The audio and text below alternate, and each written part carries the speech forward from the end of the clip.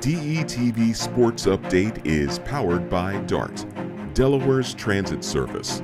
Moving forward.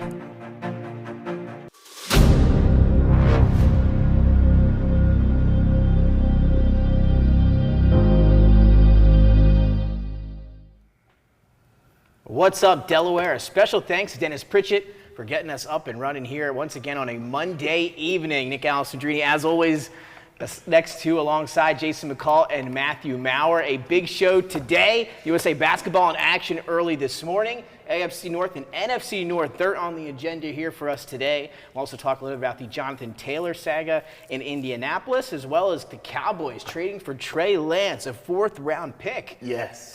So we'll talk to Matt and how he feels about his Niners getting a fourth pick in return, and Sam Darnold beating him out for that backup quarterback spot. So, Jason, how we feeling? AFC North talk today. We've been waiting. We're going to close out our division previews here on a Monday, get into the season next week. Labor Day to be determined, but whoa, you don't look like your usual happy self. Delaware, I apologize for this this travesty, this shit show of a jersey. He's using my own quotes against me. Wow. That Nicholas has on. But it's a Steelers jersey. In Baltimore, we call that toilet paper, if you will. Terrible towels for wiping. Oh. But no, all jokes aside, good to be back. Had a great weekend, lots of relaxation and things. Just putting things in perspective. Had a little downtime to myself, so it works out. And as you can see, I have on a Ravens chain. We're ready to talk about the AFC North, but also NFC North. And we got a lot to talk about with just extraneous sports news. We talked about USA basketball, but hopefully we get to a comment that was made by a certain athlete of a certain sport. That's right. We're going to have to get that on the agenda here in just a little while. But as Jason mentioned, Ravens-Steelers, one of the best rivalries in football and maybe one of the best divisions in football. We'll have that discussion here in just a little while. Matt, how we feeling? USA basketball in action this morning. Did you catch any of that matchup against Greece? I did. I actually got this really wonky video feed. I don't know if it was Russian or I don't know. It wasn't American. Check your passwords today. Yeah, I had to use a VPN, kids. I used the VPN. DuckDuckGo. And other than that, this weekend I also got a new MacBook Pro. Oh, that's right. Again, happy belated birthday. That's right. Yeah. First show. Happy birthday, everybody. Appreciate it. And I'm making the conversion from PC to Mac. So that's right. I did that a little while ago. Yeah, I'm cussing a lot, but life is great. All right. Well, we got a lot to get into here tonight. As I mentioned, AFC and NFC North divisions. We'll run through those. USA basketball got a win. We'll touch on that a little bit later. Trey Lance to the Cowboys for a fourth-round pick. Out of the roster for the Niners. Darnold beats him out for the backup job. He packs his bags, goes to Dallas. He requested a trade on Wednesday. We'll talk a little bit about that. Jonathan Taylor was given a trade deadline by tomorrow. We'll see the chances that he gets put on the move here. And training camp roster is coming to be finalized tomorrow at 4 p.m. too. So a big week for football. And again, now just a week and a half from kickoff on Thursday night between the Chiefs and the Lions. That'll kick off the 2023 NFL season. So guys, let's jump right into it, unless Dennis wants to pose his question of the day here to kick off the show. He says yes. Well, then let's do it. Let's start it off the right way here tonight on a Monday. This will be our last show of August. And let's see what Dennis has for us here a week and a half away from kickoff. If it has to be a football question, maybe a baseball question. We'll see what Dennis has for us here in just a little bit. But we are going to start with the AFC North. And let's jump right in, fellas, here to the Baltimore Ravens. That's going to be where we start here in our AFC North preview, coming off that 10-7 season last year. But when you look down at it and kind of dive in, a weird season, right, Jason? No Lamar Jackson, was playing on that final year of the contract. That was a discussion all season long. He was banged up. A lot of Tyler Huntley, and still a 10-7 record for the Ravens. What did you think of their performance last year? Did the best with what could. Lamar got hurt around week 8, week 9 again, and missed the second half of the season. 2 years in a row, same scenario. You had J.K. Dobbins in and out of the lineup most of the season. we had the worst receiving core yardage-wise the entire NFL, which is why it was addressed so heavily in the offseason. And but I will say we got some great pieces. The trade for Roquan Smith was signed the extension. Invaluable inside the extension. Patrick Queen finally kind of started to step up and make his mark on the defensive side. Owe played some solid defense for us last year. Mark Andrews had a down year, but he still had like 900 yards just about. So I think when you look at the year, still with the playoffs, and we were a 98-yard fumble return away from beating the Bengals in that playoff game. So a lot of good things to look at. Finally got a change. Hallelujah. No more Greg Roman. Enter Todd Monken. It's a big difference, right? That's at least what I'm looking at. It's a very big difference. I've gone to training camp. I've watched the preseason games. I guess everybody's happy about our streak being broken, but nobody knew about the streak until last year anyway, to be honest. But no, I like the offense that we're looking at. Monken still likes to run the ball too. People think it's just a pass-happy attack. It's actually not. It's more balanced than anything. But the best thing about the offense is that you get to see Lamar audible in his own plays now, which is the freedom that he wanted and never had. So now, and then you add people like Zay Flowers, who I believe will be the offensive recruit of the year in the NFL. And you have a comeback player of the year candidate in OBJ. We don't know if he's going to be Giants OBJ or Rams OBJ, but somewhere in between, 1-year deal, can't go wrong with that. He's also mentoring our wide receivers, so that's going to serve to be an invaluable piece. But the losses, we talk about Marcus Peters giving up touchdowns, but he stopped touchdowns too, so that defense is going to look really different, especially depending on the health of Marlon Humphrey going into week 1. And Calais Campbell, that's going to be a big hole. Chuck Clark, but I'm going to tell you a sneaky addition that I like. I like the addition of Laquan Treadwell. He might finally get it. It might finally click. I mean, you can't teach his height or his speed. So hopefully he just puts it together. And if he's a third or fourth receiver for us, that's great. Because Lamar can't throw the ball at Andrews every time down the field. So we've got to have other options. And our running back room is quite crowded. So it's going to be nice to see who comes out of that pack as the starter or as the 1-2 combo in that running back room. But playoffs for sure, and probably more, but definitely playoffs. Again, still have one of the best offensive lines in the football. In football, I believe a top 10, maybe top 5 unit there up front offensively. 10th in the power rankings here for NBC coming into this season. Again, a very strong AFC North division, Matt. What are you expecting out of the Ravens? As Jason talked about, Todd Monken now inserted as the offensive coordinator. They've been more run-heavy, to be an understatement, it seems like the last 4 or 5 years. And now, as Jason also mentioned, more tailored towards the pass, but not pass-heavy. What do you expect to see out of this new offense with all these new weapons? Offensive line still going to be good. We'll see how the defense is. Should still be good on paper as well. What are your expectations for Baltimore? I don't know if I have them in the top 10 power ranking-wise. They're close, very close. I'm gonna sound a little bit like I'm a hater, but I'm not. But like the guy that I think that a lot of people think moves the needle, I don't think does, which is OBJ. Sadly, I think injuries have kind of robbed him of that. But I do agree with Jason. I think he's a great piece to help mentor some of those guys there. I actually like Nelson Aguilar more than I do Laquan Treadwell, just because, look, in Philly we make the joke that he doesn't catch, but he does. He is a competent pro at the wide out. Yeah.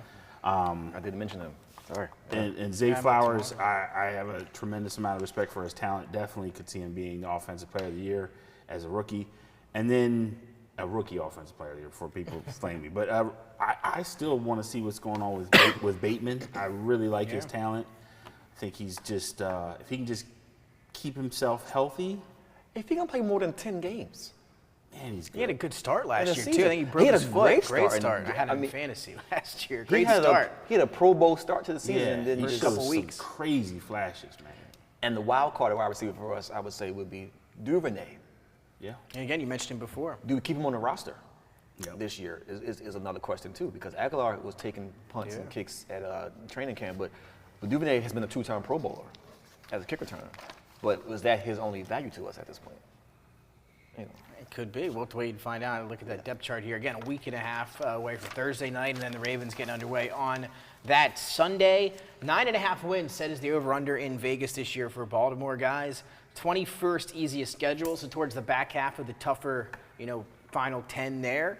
What do you guys think? 9.5 wins for the Baltimore Ravens in a tough AFC North division. Jason, that's your team. What do you think? Not being biased, but I do think over because the Ravens, when they're healthy, you can pencil in for 10, 11 wins. That's part of it. Are they going to be healthy this year? Minimum they had 10 wins last year with the complete roster. That's true. So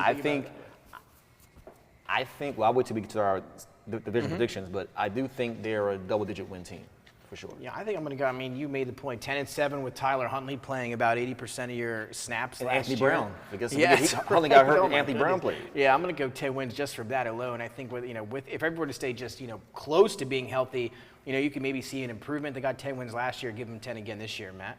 10 as well, and I think we also we really got to make sure we highlight him. Isaiah Likely, I think, is also another piece there. Likely is banged up again to begin the season, but but Likely, he provides a different element on the field. Like he's the speedy Much tight more end. dynamic. Yeah. I like him a lot. And he catches everything thrown to him. I think he could be really one of the better drops tight ball. ends down in the next couple of years. I agree. I'm with you, Matt. That's do a good think point. so. Yeah. If he can stay healthy, that is. Last point about the Ravens. Shout out to Eric DeCosta and the Ravens staff for being the only team in the NFL with all black quarterbacks and a black quarterback coach. I can't speak to that enough. I mean, it comes of years of thinking that African-American athletes weren't competent or smart enough to play quarterback or couldn't catch on the plays fast enough or whatever the case have you. So for Baltimore to have all black quarterbacks and have a black quarterback coach, that speaks volumes. Great point. That's a good point again. Before we close out, real quickly, biggest concern for them this year, if you had to pick one? Biggest concern would be our back end of the defense, the cornerbacks and safeties. That'd be the biggest, because right now, like I said, Marlon Humphrey is not a lock for week 1. Don't know how many weeks he's going to be out, if multiple. And like I said, the loss of Chuck Clark and Marlon Humphrey. I mean, we have other players to fill in, like Geno Stone and a few other players, but who's going to step up to the challenge at that second corner spot and at that lead safety spot is going to be key to the season. There you have a little preview of the Baltimore Ravens. Again, looking to make the playoffs once again here in 23-24. They added some weapons. We'll see how they do, especially offensively under new offensive coordinator Todd Monken. Let's keep it moving now with one of the top teams in the NFL the last couple years, and that is the Cincinnati Bengals. 12-4 last season. They were your division winners. Zach Taylor as the head coach back for year number 5. And obviously now when you think AFC Championship game, they're now one of those teams that you consistently think of here the last few years that has a chance to get to and win the Super Bowl. Joe Burrow dealing with that calf injury, should be ready to go for week 1.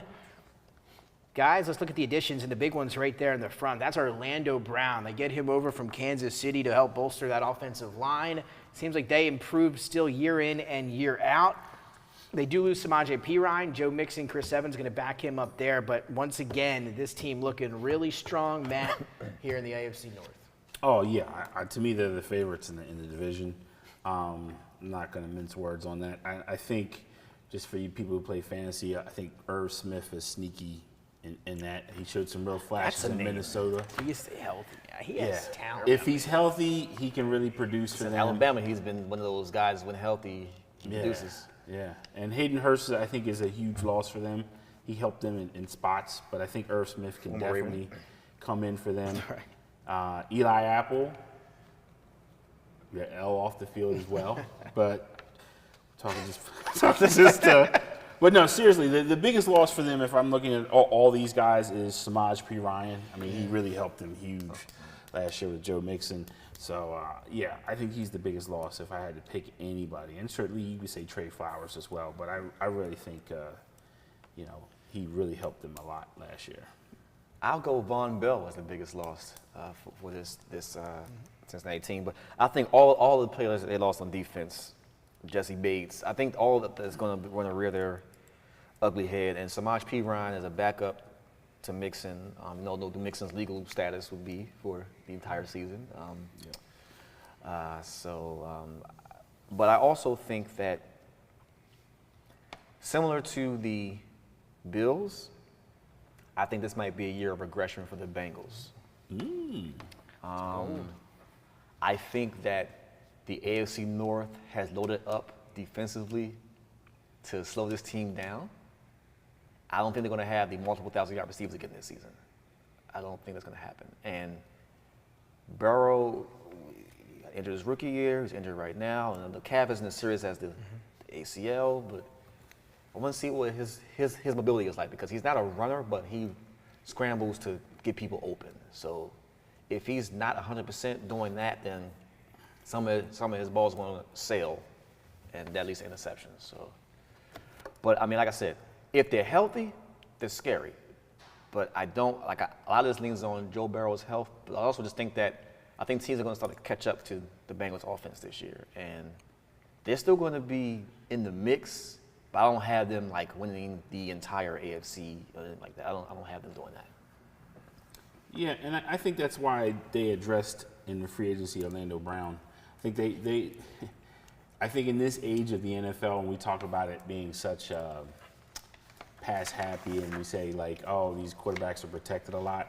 No one wants to have the next Andrew Luck situation where you just don't protect your guy enough, and then next thing you know, he's retiring before he's 30.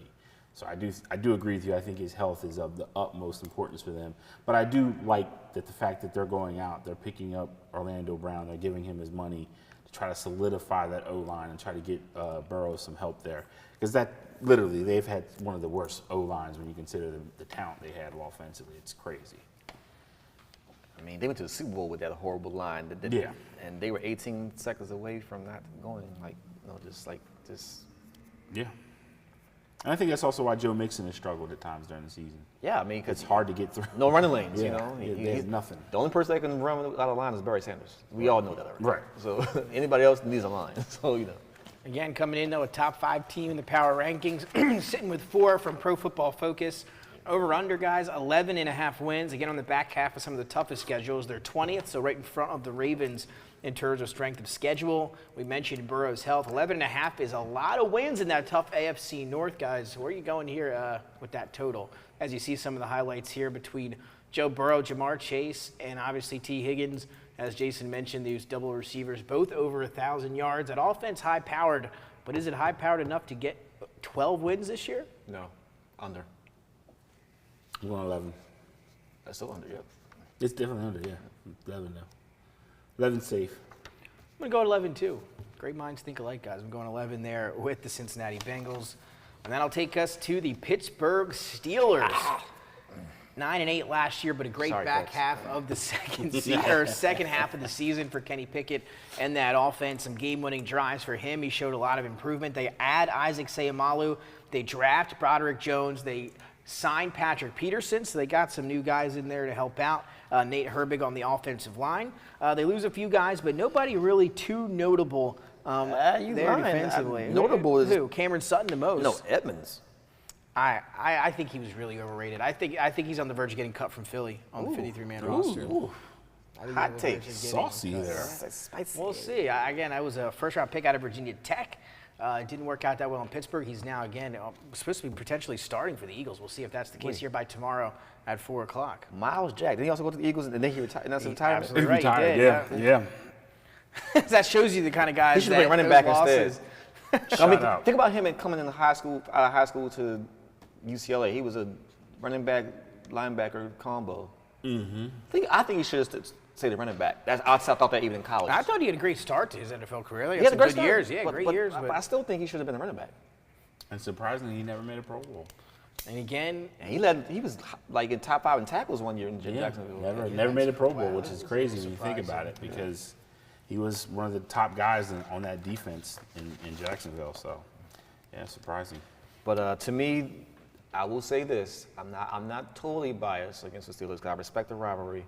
I will start off by saying I think Mike Tomlin is one of the greatest coaches in the NFL, and he has been for quite some time. I mean, to never have a losing season. Above 500 last year. That was the year. Everybody said last year was the year. But to never have a losing season in this game, that's unheard of.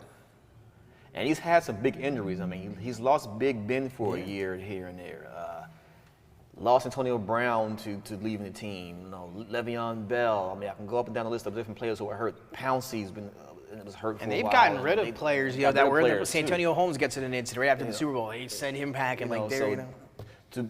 To me, he's the model of consistency as far as coaching. Outside of Bill Belichick, I would say it's Mike Tomlin.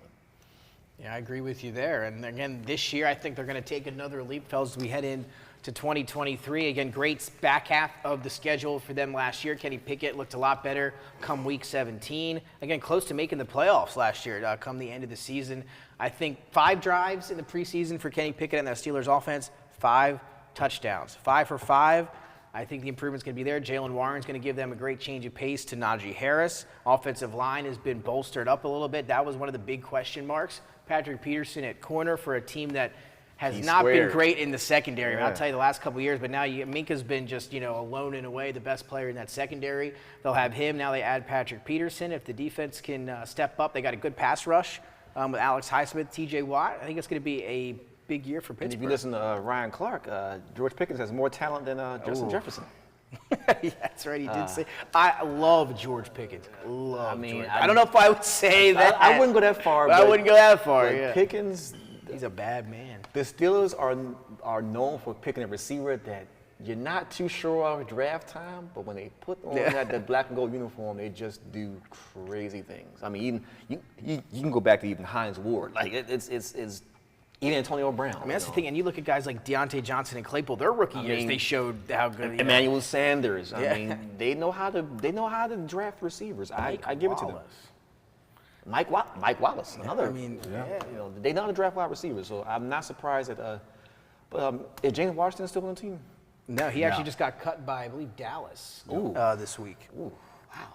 So again, Calvin Austin III, one of those sleeper guys to watch out for the Steelers in that wide receiver core this year. They asked Sauce Gardner who the toughest cornerback he went up in college was, and he said, or wide receiver, he said Calvin Austin III. So we'll see if he can maybe make the field and start making some plays. Offensive line rank, Matt, moves from 16 to 12 here for the Steelers. So each year they're improving on offensive line.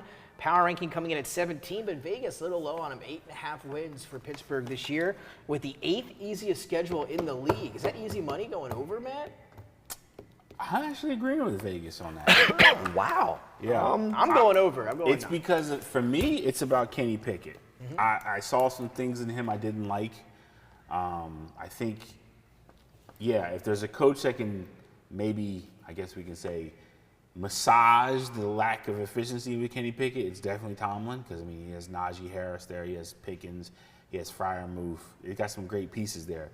But I still have to, you have to look at Kenny Pickett. Like, whether we like it or not, he was almost in the second round for a reason. Whether we like it or not, there have been questions about him last year. I mean, he showed some ability to get out of the pocket and make plays, but he also showed some bad decision-making at times. So, look, could he come out this year and be great? Sure. But I think he's going to struggle some this year. Over under 8.5 wins? I say 8. 8?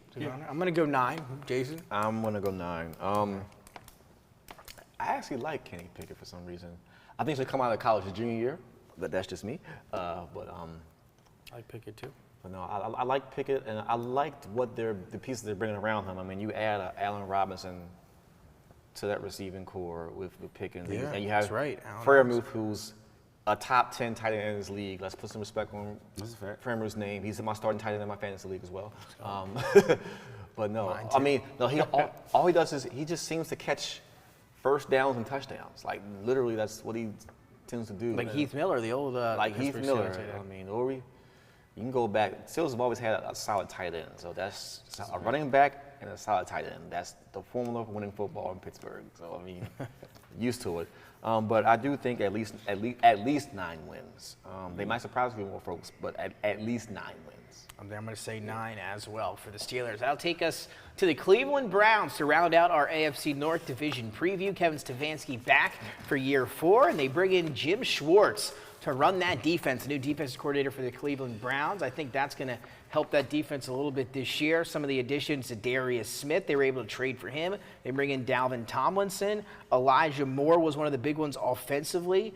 And let's see some of the losses. Jadeveon Clowney, Jacoby Brissett, Kareem Hunt. There are some there that, would have a little bit of an impact. Greedy Williams, Dearness Johnson, etc. But they again added some new guys that are going to help out some of those losses. Offensive line, still one of the best in football. A 2-ranked offensive line according to Pro Football Focus. So again, they love to run the ball.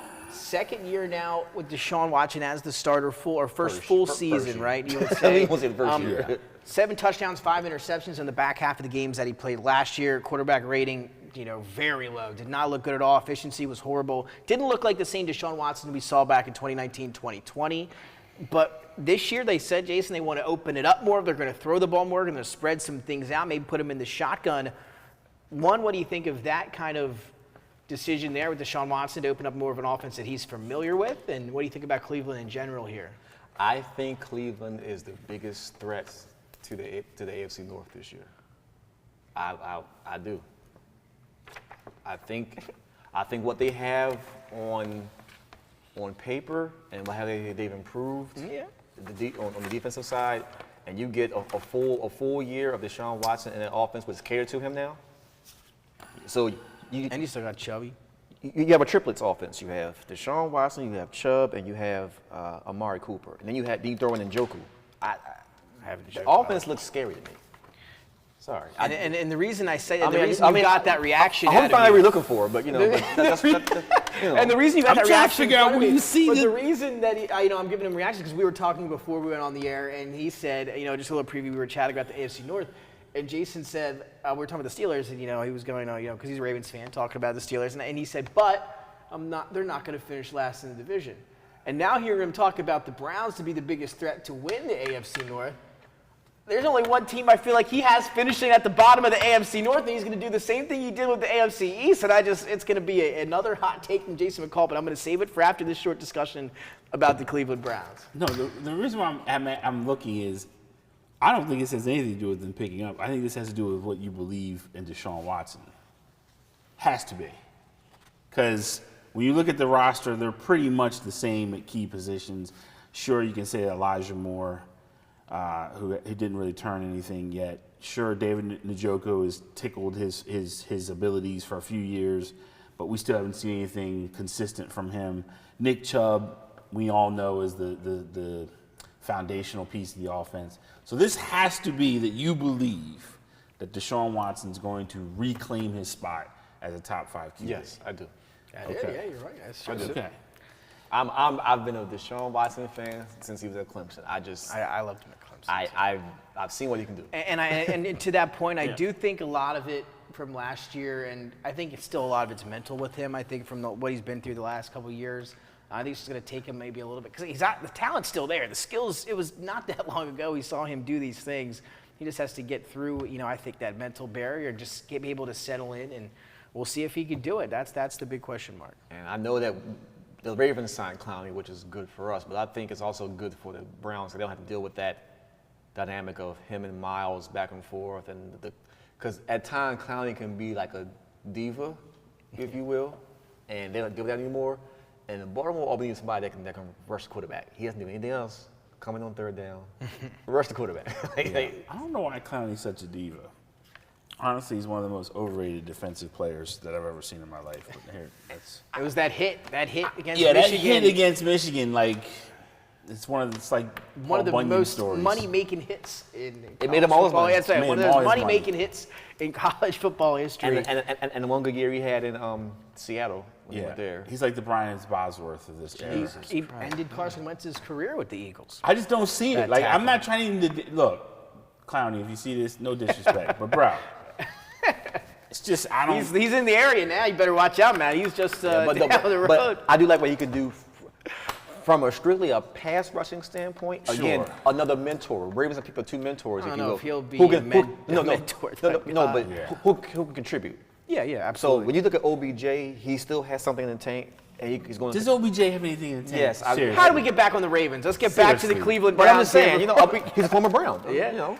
that's a good point there. 9th in the power rankings, guys, for NBC and Pro Football for the Cleveland Browns. Again, they're one of the teams maybe that people So think. they believe what I'm saying. 9.5 wins in Vegas. That's a game more than Pittsburgh. What do you guys I think? truly hope Deshaun Watson gets back to that. I truly do.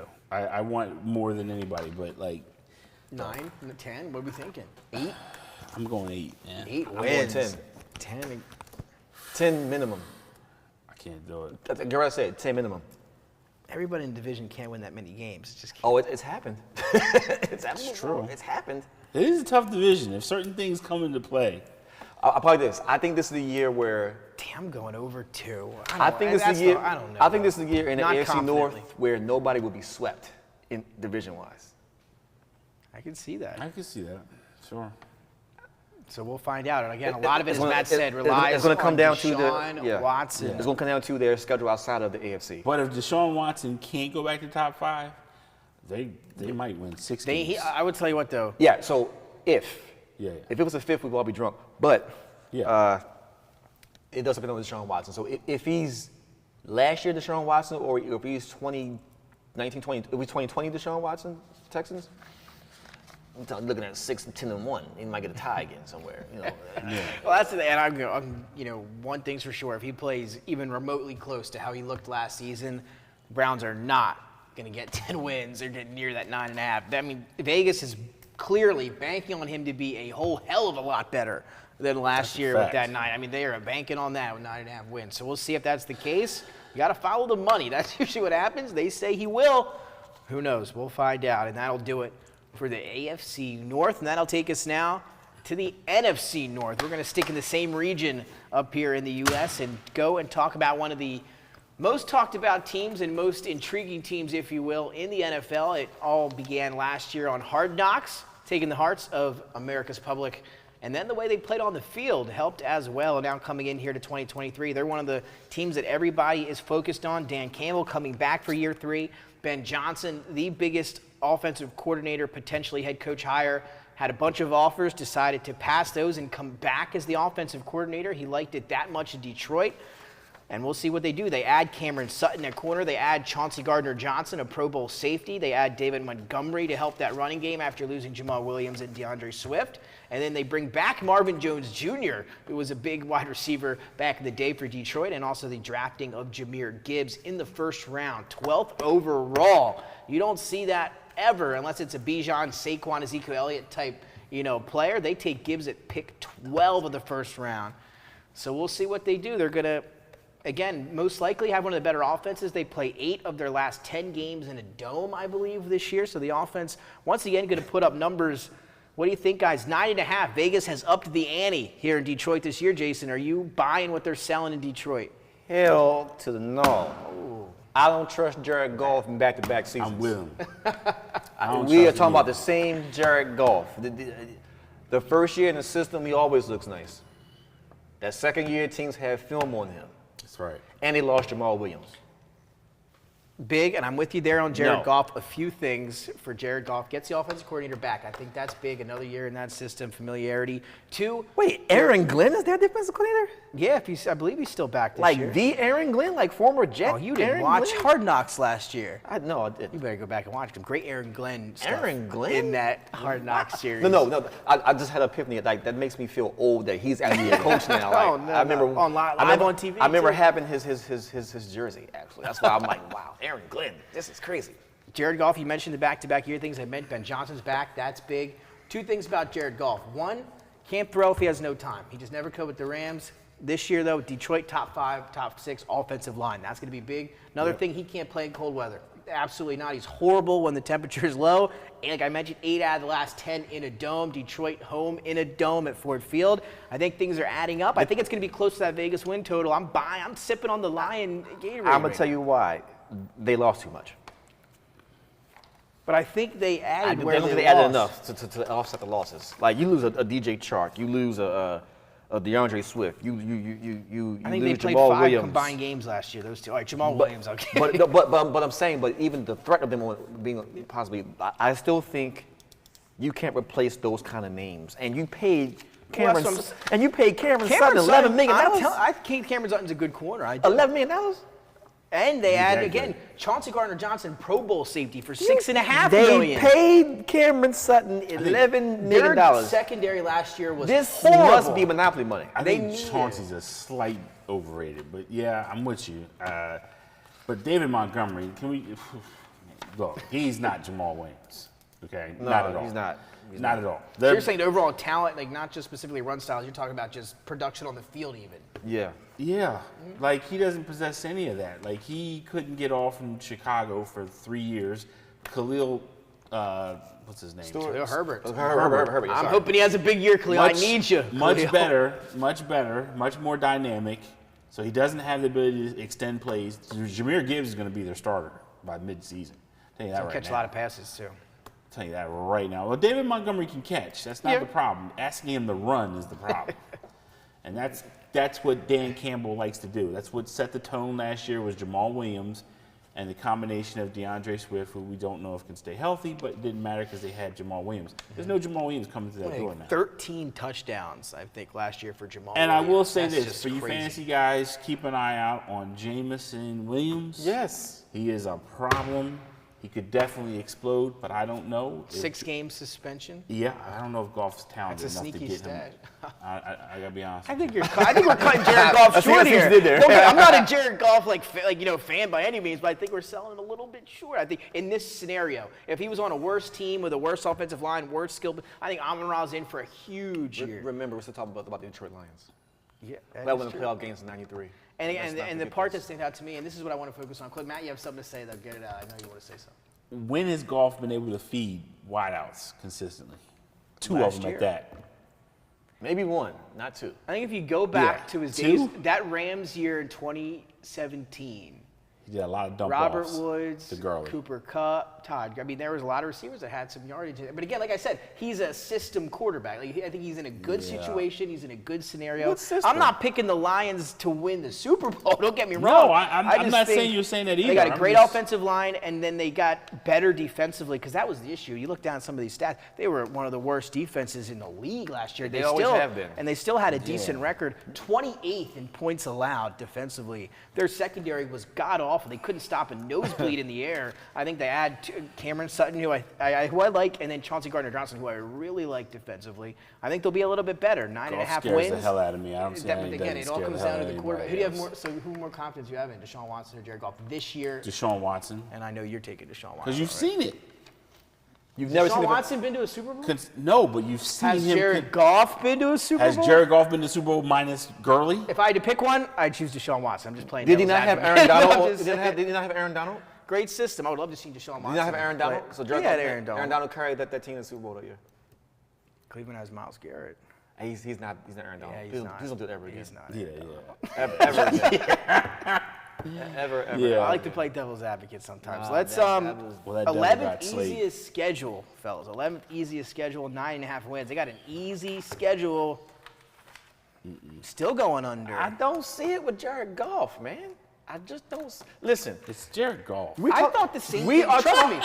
I thought the same thing before last year, but I Jared watched Goff. him and he looked we good. are talking about the Detroit Lions. I mean, like, they wasted Barry Sanders' prime. They wasted Megatron's prime. Herman Moore. Robert Porsche. I can keep going. Like, no. This Come on, man. is not happening. 5th in points scored last I year. don't care. That was last year. Again, people They got got to take more better. Jared Goff in their offense now. Now, wait a minute. You said points scored. How many of those were Against Jamal winning teams. Williams? Hey, the quarterback's got to get you Who there. was getting But let me 16 tell you one thing, though. touchdowns? I'll tell you, Jamal Williams ain't breaking off no long touchdown runs. He was No, running in from the sure. goal line. You got to get I there agree. somehow. So that's either way. I'm gotta going to go cross the over. plane, though. You gotta go. Yeah. I'm going to go over. I know you guys are going gonna under. go over? I'm going to go over. I'm going 10 wins for Detroit this year. Nah, man. I call me crazy, but I'm going 11th easiest schedule. You'll call me I like crazy later. strength Don't worry of about it. schedule. It's okay. Actually, we skipped something, fellas. We need to pick our AFC North division and the order of placements that Jason teased us with a little while ago, talking about Cleveland and Baltimore. Just to quickly backtrack here, Jason, give me your AFC North standing. I'm going to throw a monkey wrench in there. I figured you would. I actually selfishly have the Ravens winning the AFC North. I think it's time again to win the North. We both picked them last year, and I think they might have had a chance to win that division had Lamar Jackson not gotten hurt. Cleveland at 2. And listen to this one here. Don't go back on it now. I have. Don't go back on it now. I have this. I can't. Go ahead and say it. Oh, no, he's Are gonna you do serious? it. Bro, you got Cincinnati 4th? No. He's switching. He's going back on. He was going to say He that. was gonna but say he's he not. wasn't. I have say the it. Bengals 3rd. I have the Steelers All right, last. so gotcha, okay. But I think every team will have at least 8 wins. Yeah, I think it's going to be bunched up there in the AFC. At least 8 wins. Every team has at least 8 wins. You look at, just going through what we just went through in NBC's Pro Football, Focus, which again, that's just how they grade things. But their power rankings, 3 of the teams in the AFC North in the top 10. But the problem 4, is 9, and 10. But the problem is every time people pick the Steelers to be last, they end up not being last. That's right. I've seen it too many times. Well, you count out. Happened last year. It happens like that. You pick them to win last. They show you they're behind every time. So You got to win the division, man. Cincy. you said Cincy already. Yeah. Cincy Ravens. Cincy Ravens, and then I'm going to go with Pittsburgh and Cleveland. There you go. All right. I'm going to go. Man, yeah. You got that jersey on. You might well step out there and win. I'm gonna. Leave the faith.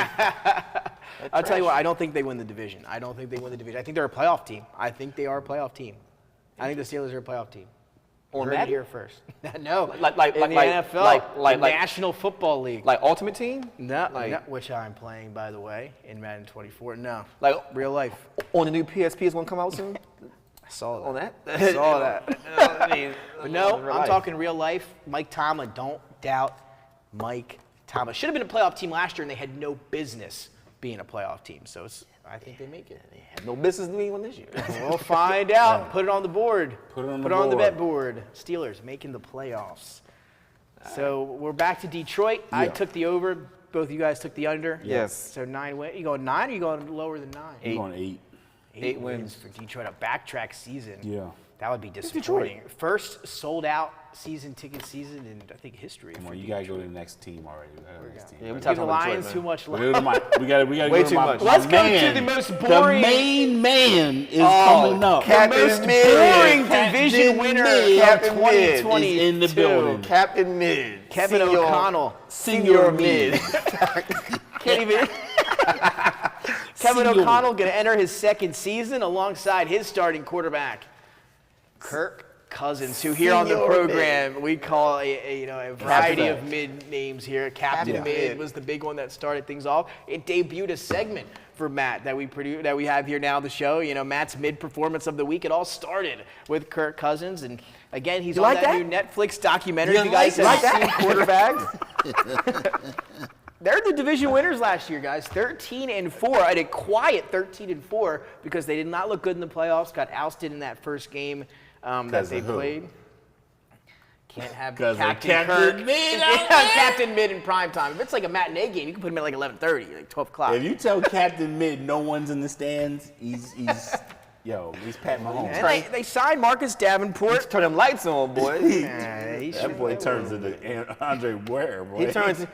He goes from a 10 to a 2, like leaving the club. like Bobby Hoyen out there. It's like leaving the Bobby club. Hoyen. No, you heard me. It's like leaving the club at night. You go from Yeah. a 10 to a 3. Ooh. Shout out Yikes. quickly to What it is. Brian O'Neill, starting right tackle, Troy Reeder, linebacker, Delaware Blue Hens, both Salesiana graduates, just down the road here in Wilmington. They'll be playing again for Minnesota this year. So shout out to Troy and Brian Flores. And you look at some of these losses, guys. They lost a lot too here. Minnesota did after a 13-win season. Yes, they did. Yeah. You look at the power rankings, though, coming in still in the top 15 in the league, 14th power ranking. Offensive line I ain't going. sitting in the middle of the pack at 15. I'm not drinking a Is this I'm going down with you guys there. I'm going down here for Minnesota. I'm going to take the under. But listen, again, you look at Vegas here. Follow Vegas, right? That's what everybody likes to say. 8.5.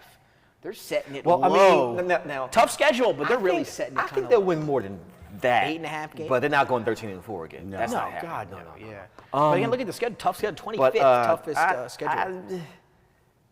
You gotta realize they're gonna be playing a whole year without Dalvin Cook. A few games is different than the whole season without Did Dalvin that Cook. surprise you at all, that whole situation? No. So you just figured it was time?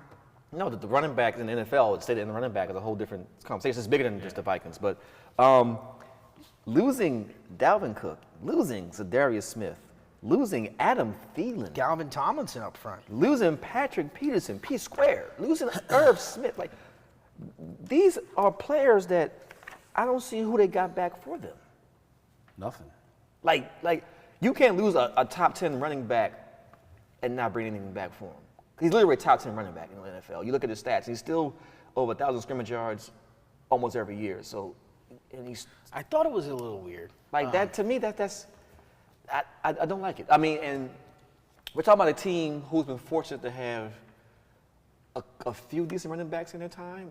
I would say you went from seamless transition from Robert Smith to AP to Dalvin Cook. Who was that next back right now? You don't have it.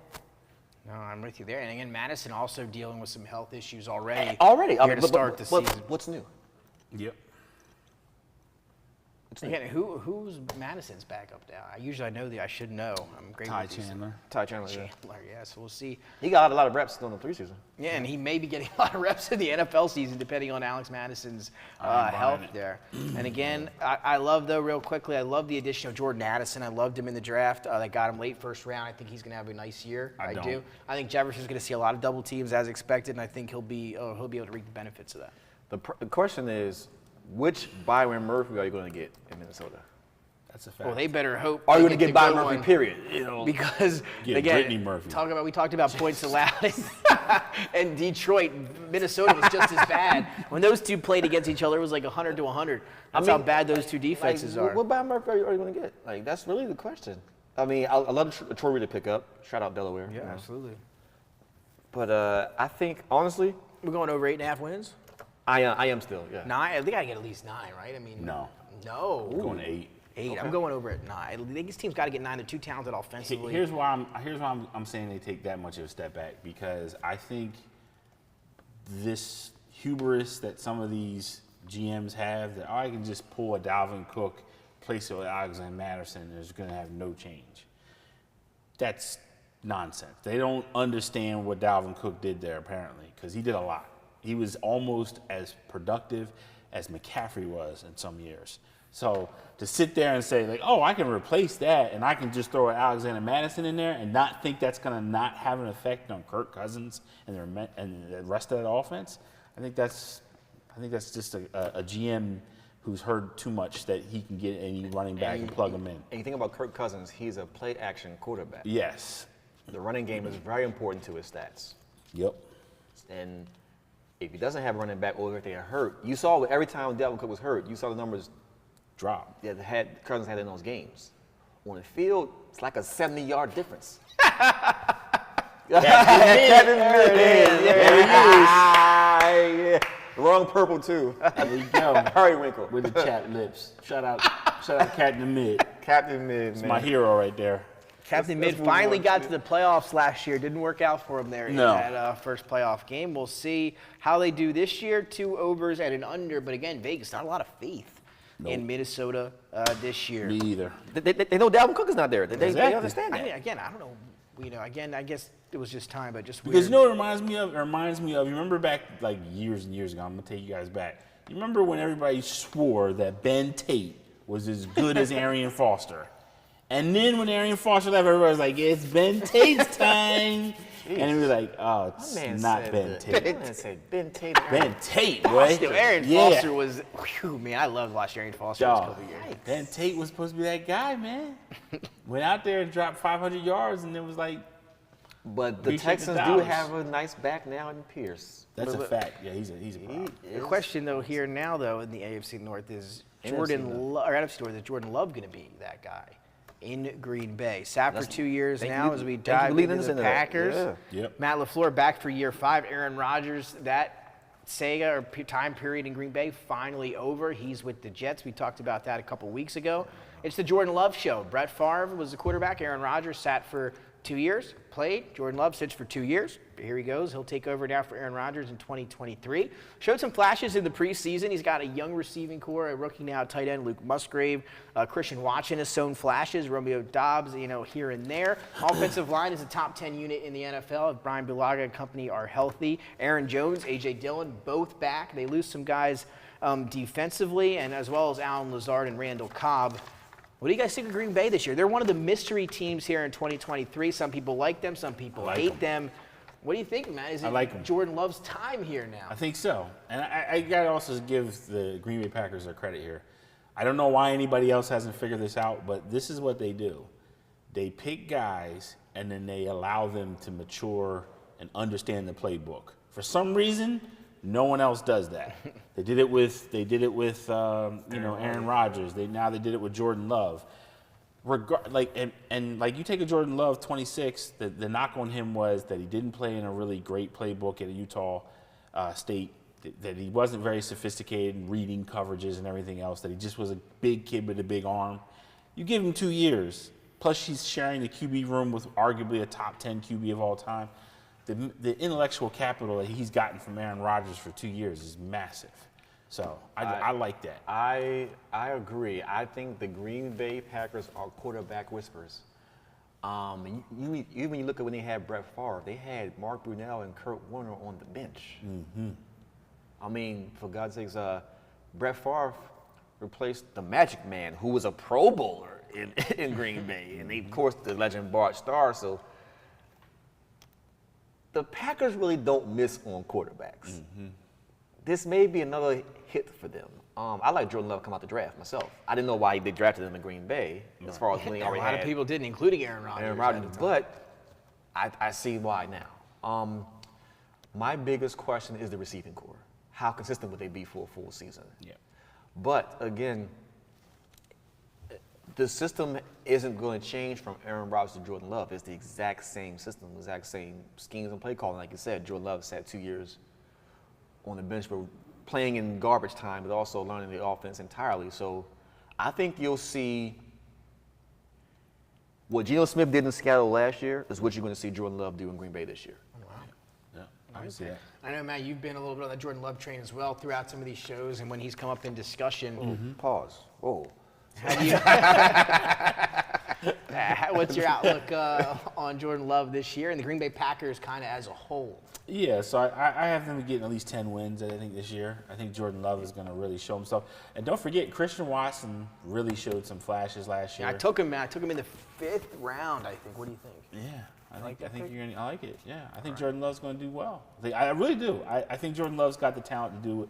And listen, the one thing about Green Bay, when it's cold and it's a little windy, you need a guy with a strong arm. And we know no one had a stronger arm than Brett Favre. A lot of people say this kid has an arm that's similar to that he can really throw it. So I just think he's perfect for them right now. Defense should be good this year. I mean, on paper, they were supposed to be a little bit better than they were last year. Didn't really live up to those expectations. It's a new year. Expectations pretty high for that defense coming into 2023. But Vegas, 7.5 wins there, Jason. 14th easiest schedule? Yeah, I'll give them 10 wins. 10 wins. I'm going to give them 8 or 9. I'm going to go over for sure. 7.5 I think is too low. 14th easiest schedule. Like I said, I like what I've seen out of him in the preseason. The last couple of games in the limited series that I've been able to catch, he's looking pretty good. Had a touchdown pass on Saturday to Christian Watson. So again, I think I'm with you guys. I'm a little bit higher on the Packers, I guess, than the general consensus. But again, we've had this discussion with a few other teams. It all comes down to this quarterback play. We talked about it with Deshaun Watson, Kirk Cousins, and now obviously we're going to talk about it here. But guess what? End of the day, the Packers still have 2 great running backs. They do. Well, I think the other one takes a step forward this year. A.J. Dillon, yeah. Aaron Jones turns 30. We'll see. Aaron Jones, again, has been big for them. I think when you have the only other duo in the NFL that comes close to them would have been Chubb and Hunt in Cleveland. Yep. Where's Kareem Hunt end up? He's a free agent? Is he signed anywhere? You think we'll see him down the line with some injuries? He's signed somewhere, but it's going to be somebody getting injured first. Well, let's take us to our final team here of the NFC North, and that's another team like the Packers, a little mysterious, but higher expectations, I should say, for the Chicago Bears after a tumultuous 3-14 season last year, but Justin Fields kind of got a glimpse of what he could become, and a lot of it on the ground. Looking like Michael Vick running the ball last year towards the end of the year for Chicago was just phenomenal. Running the football was Fields in that Chicago Bears. The only issue, they couldn't throw the ball. Highest run rate in the league, but it worked out. They add some toys, though, now. We saw what A.J. Brown did for Jalen Hurts and the Eagles. What do the Bears do? They want to get their young quarterback a weapon who they had none of last year. They go out and get D.J. Moore in that trade for the number 1 pick. So they got him a guy now. Darnell Mooney can play that second wide receiver role here. What do you guys think about Justin Fields this year and the Bears overall? Jason, is this the year? Everybody's anticipating a big jump. Are you one of those guys? I am. I am. I'm big on the Bears additions, and I'm big on what they didn't lose also. I think they kept a lot of the core together, and you add a piece like DJ Moore, and I'm still big on Tremaine Edmonds, so you add Tremaine Edmonds. Like Tremaine Edmonds, yeah. A lot better than Terrell Edmonds. You add Deontay Foreman as well as an insurance policy running back. I like Roshan Johnson as well from Texas, the rookie. And, you know, good running back room. And you had T.J. Edwards, who was leading tackler for the Eagles. You know, he goes that to was a nice sign. He goes to the Bears, and again, teams who get linebackers and do very well in the position that Chicago knows very well. You know, we can go back in history. Well, and again, trading obviously Roquan. Yeah, Roquan. I slipped my brain for like Roquan. Traded Roquan, and then signing T.J. Edwards. So they end up. He's not Roquan. Yeah. But he's not garbage. Exactly. Either. Yeah, I think it's a good insert. You kind of save face with the fans by signing a T.J. Edwards. They may not know him by name yet. And that's a big yet.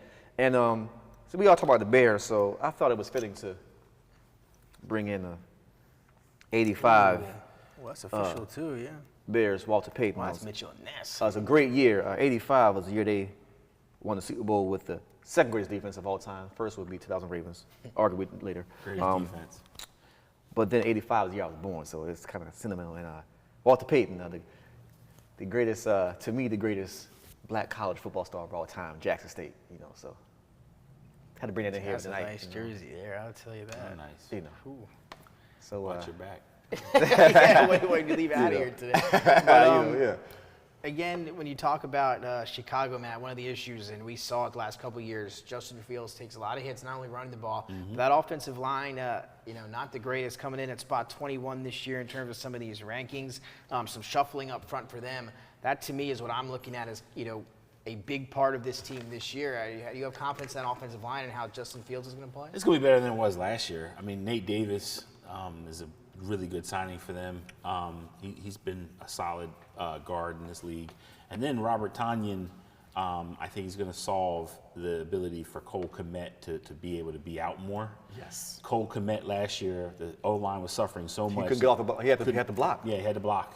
Yeah. So Robert Tonyan, if you think he's going to do something, he's not. He's there for blocking. He's at the twilight of his career, so he's blocking. And basically now that Cole Kmet can go out there and make plays, which will really help him. And I think the underrated guy that no one wants to talk about either is Mooney, the other wideout. Yeah, Mooney makes some really good plays. Made a lot of plays last year. Yeah, made a lot of plays last year. So the pieces are there for them to have a very good year, I think, this year. I think they're going to surprise people. The other receiver that we're not even talking about that's still in Chicago. We haven't mentioned Chase Claypool at all. Oh, yeah, I'm not big on Claypool. Me either, to be honest. But when he's... I heard some rumors. But when he's hot, he's hot. He's streaky. He's like a... Mapletron. He had a nickname. Talk about he's like that can get a nickname. He's like a J.R. Smith, if you will. Streaky. I think that's disrespectful to J.R. Smith. It's not.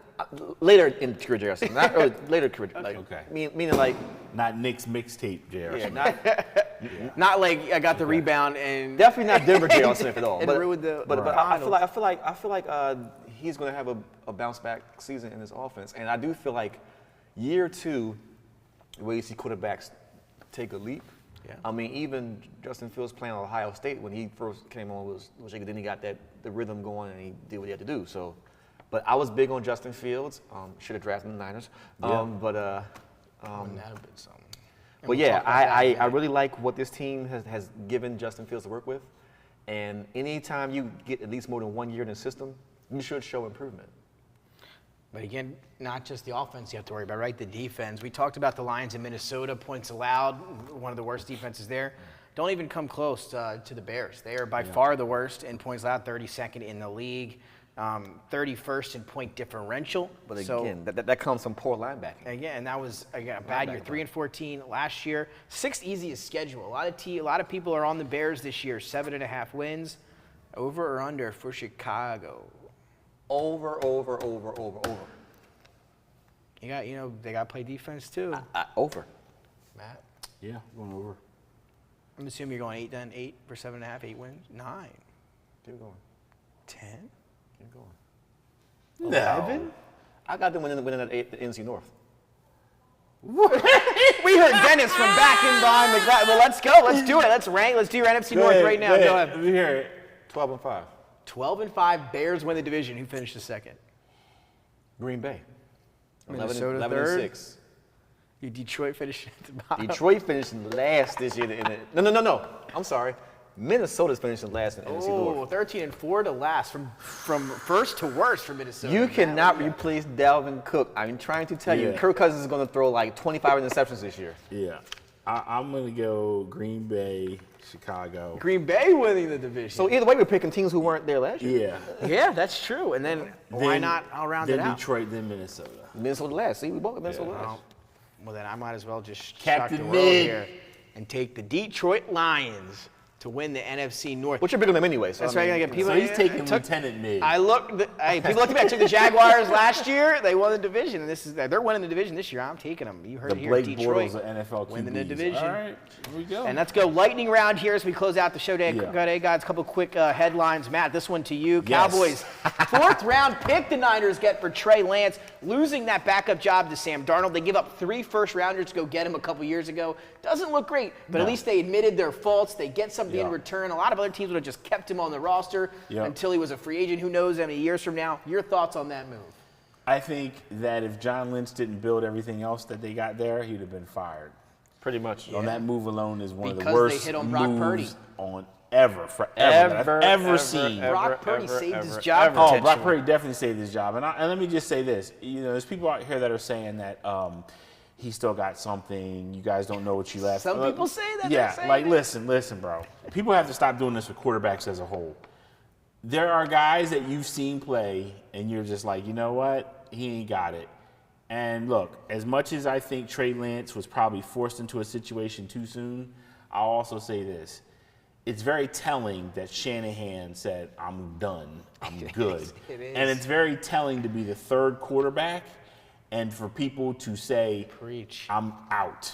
You got to think of guys like Achilles Smith a few years ago. Ooh. Joey Harrington. Achilles Smith, where did that come from? Yeah, Joey Harrington. That's the kind of guys where Trey Lance is with right now. And again, you're hearing that discussion, Jason. I heard a lot of it today or yesterday when that trade was Smith. made. Wait, was that hey, you haven't seen what he's got. You don't know what he lost the backup job to Sam Darnold. He couldn't get on the field. I'm with Matt here. I think I don't want to say a waste of a 4th round pick. I just don't get it from Dallas. No, I don't get it from Dallas either. I appreciate you, Dallas. Yeah, for a 4th round pick. Rumors and they're going to take that money too from ESPN that there was not a team within that realm of a 4th round they pick. weren't. So no team in that realm. And they're paying like $12 million. And Jason, now Dak missed 17 games in the last 3 seasons, 17 interceptions last year, obviously a career high. We talk about him taking care of the football.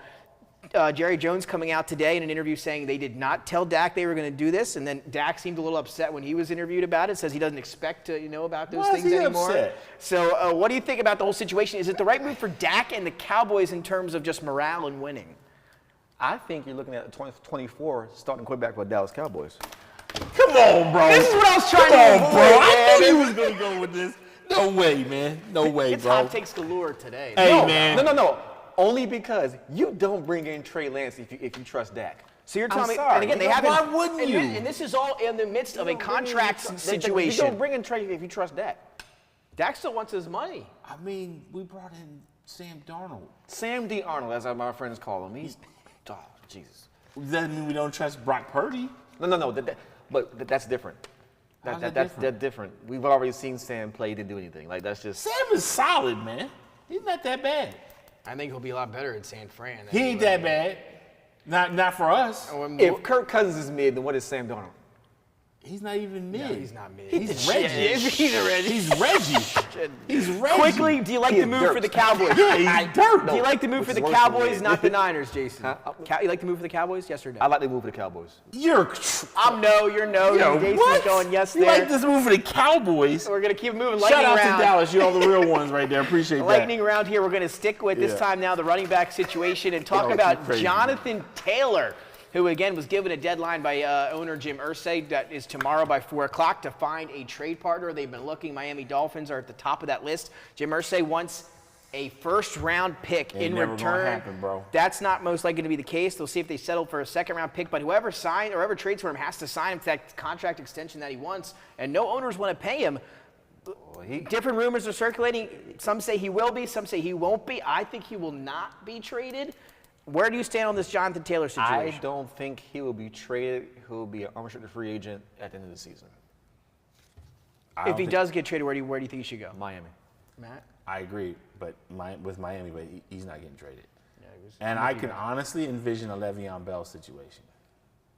So you would Since not the whole not take season? him in fantasy football then? I wouldn't take him fantasy. I did draft on Saturday. Somebody got him in the 3rd round. What? Everybody proclaimed him the steal of the draft in the 3rd round. Is that too? I mean, is that crazy? Think about it like this: if Le'Veon Bell when he sat out, said, "I've been taking all this abuse.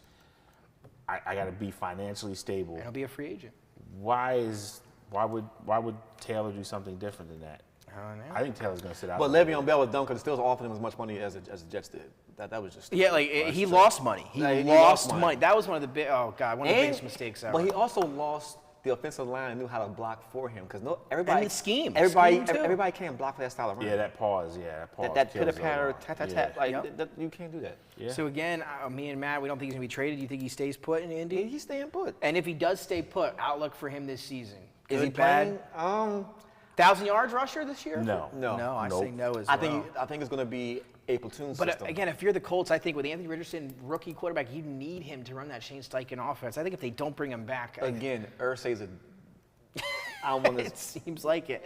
He just doesn't know that. when to shut up for sure. Irsay is Daryl Morey in the football world. Yeah. Well, let's keep it moving. Last to round out today's show, USA basketball, fellas. Matt, you said you caught the game this morning. Yep. 109-81 to reach that second round. They remain undefeated. Yep. Bench been outplaying the starters a little bit here so far in the World Cup. Just your thoughts on what you saw this morning. Oh, I mean, listen, I think this goes to show everybody what everybody that's North American knows. Like, if USA really wants to play, they're pretty hard to beat. And that literally the guys that come over in the NBA that don't do anything can go to any national team and kill it. I mean, did you guys see Hollis Jefferson 39 for Jourdain? He looked like Kobe out there. Listen, y'all gonna leave Rondé Rondé alone, Hollis. man. I love Rondé. He's a Philly product, But right? bro, he did not do that in the league, bro. I don't know what it is. I'm like, yo, where? Rondé's is a good guy. Look, he is a great guy, but when he was in the league, Yeah, he was the one. He had 24 with the wrist sleeve on. that everything. Kobe package was not enabled. I don't know what happened. He was in Brooklyn too. I mean, Yeah, he wasn't Brooklyn. That's true. Austin Reeves, most improved player next year, led the way today, 15 listen, points. I'm tired of Austin Reeves' hype. I'm sorry. Yeah, the hype is crazy. He's, But let's be honest. I mean, he wasn't a Laker, and this wouldn't, it wouldn't be happening. I'm so Can we tired of be Austin Reeves' hype. clear about that? The Austin Reeves hype is stopping Brandon Ingram from getting good minutes on his team. It almost reminds me of the Jeremy Lin scenario. Yeah, honestly. it's got a little bit of yeah. It's a little bit of the Lin sanity. Yeah, man. I turned on ESPN this morning, and that's where they started. They started with Austin Reeves. Except Reeves has talent. Lin never did. But I'll say this. They call him what, Hillbilly Kobe? Is that what they call him? Oh my God! What? Isn't that what they call him? Hillbilly Kobe. He's from Oklahoma or somewhere Oh, around my there. That's what they call. Lord. I think that was his name in high school and in What college. is going I could be on? wrong, but I'm pretty sure that's what his nickname Hillbilly was. Kobe? Before the NBA, this was like before. This was before the That's NBA. crazy. That's nasty work. That's some nasty. That's work. nasty work, bro. I didn't make it up Kobe. myself, Hillbilly man. Kobe? I didn't make it up. That's what they. Let's go. You Google Hillbilly Kobe. What comes up? Austin Reeves. Hillbilly Kobe is crazy. Hillbilly, bro. jeez. Wow. I don't know if I don't know if I can say that on TV. I got a don't- bad joke right now, but I ain't gonna Yeah, say it. I don't want to get fined. Yeah, I for don't that. want to get fined. but That come look, on, I told you bro. I didn't make it up. That's real. Hillbilly Kobe is That's- crazy. Yo, that's even. But is he Gardener snake. No. Wait. Honestly, though, so someone also reads, right? Yeah. You know, most of the non-melanated superstars for the NBA are from Europe. Is he the best white NBA player we had in a while? No. Tyler Hero. I'm trying to think of. I take Hero over him. You got Chet Holmgren, who we don't know what he got though, but he's there. Yeah. And I'm gonna give y'all a little preview. Shout out to Cooper Flagg, who's coming up. Cooper Flagg, man. Woo! I'm just hoping Cooper Flagg is bananas. I don't think Cooper Flagg is white though. He might be beige. He might be beige. That brother can play. I'm just hoping that they go to slam dunk to the beach in the winter. I ain't gonna lie. I haven't seen black dudes talk about a basketball player like Cooper Flagg since like my uncles talked about with Larry Bird. Like he was like, yo, that boy can play. That's the name to watch out for. You hear the rumors about him beating Brad Beal one-on-one at I believe it. That's a dirty dude, man. Cooper Flagg is a problem, bro. Cooper, what he did in the EYBL? I did some of your guys' boys games this year. Boogie, what's his name? Boogie Flan? Is that from UNC? One of their top recruits. Yeah, he looked good. He looked good for UNC. Yeah. So I got to do some. Ain't nothing like Cooper though. Man, Cooper I don't think like you said that's and reclassified, right? Reclassified to be #1 pick. Yep. So 2024. Don't waste his stamp colleges. He going to G League Ignite, bro. I think that's where you should go. They're gonna push him for Duke, but nah, he gonna go G League. Closing comments, guys, as we round out. Next week, it is game week for us. Next Monday or Tuesday, depending on our Labor Day schedule and what we're doing. But the NFL season gets started the 7th and then the 10th. It's the Chiefs and the Lions. Oh, how do you guys feel about that first game of the year? I don't like it either. The GOAT versus... Is this supposed to be like an NFC rematch or an AFC Super Bowl champion rematch? The GOAT versus the Billy Goat, man. Come on, bro. Jeez, Lions, what do you think is this, 93? Do you think it's Joe Montana versus Bernie Sanders? The over-under has got to be like 100 in that game. We'll see what happens. There'll be a lot of scoring in that game. Before a lot of scoring from the Chiefs, yeah. Chiefs I don't think the Lions will put up a lot of points against the Chiefs like that. 3.5's the line. 3.5. Waiting for Scott Moore. Shout out Scott Starting this year. All right, closing comments as we close out the show, guys? Yep. Don't ever wear it again. And go Ravens. It's football season. It's football season. Oh, shout out to the college football season starting last week. We had the MEAC SWAC Challenge, particularly HBCUs. The second, we had Jackson State taking on South Carolina State. Buddy Pugh, the coach of South Carolina State, retiring after 40 years of coaching. This is his last season. And T.C. Taylor takes over for prime time at J-State. T.C. Taylor, for those you don't know, he's a hometown kid. He played quarterback and wide receiver for Jackson State, so he knows the culture. He was anointed the coach before Deion left, with Deion's blessing as well, so the players are going to respond to him. And they beat the brakes off of South Carolina State 37-7 in the MEAC SWAC Challenge. They might actually finally win the Celebration Bowl this year. Deion couldn't win it in 2 tries. So I think they might run the SWAC again this year. And I'm excited for them. It was North Carolina Central. North Carolina Central, okay. That's crazy. That's right. Nasty work. But other than that, I liked watching Notre Dame. I like Hartman, the transfer from Wake Forest. I tried to tell some people about that. A lot of people were liking Navy, man. I said, Delaware beat Navy. We beat Navy last year. I'm so tired of Notre Dame. But I think, again, so going into this weekend, which is also the start of college football season. Notre Dame, bro. My last bit tonight. Being this week is the start of college football season, I'm going to say it again. I need my camera. Here we go. Florida State. Football playoff, baby. Here we go. We're going there. Also, Thursday night, University of Delaware football kicking off their schedule up in Long Island. They're taking on Stony Brook. You can catch that on Flow Sports. Blue Hens getting their season underway. Del State Saturday. Saturday versus Bowie State. Shout out to the Seawolves. That's right, college. Shout out to the Seawolves. Oh, no, we don't want to see Stony Brook Seawolves. Delaware. Shout out to the Blue Hens. You didn't think I knew that one. Shout out to the Blue Hens. I mean, who comes up with that? A seawolf, like. You're right. I mean, it is not a great trip. I mean, so what's a blue hen? Isn't that a spoiled or rotten chicken? Is that what it is? Like a blue hen? Who would win, a blue hen or a seawolf? I would hope the fight. Land or water, though? What if the fight's on land? It's a seawolf.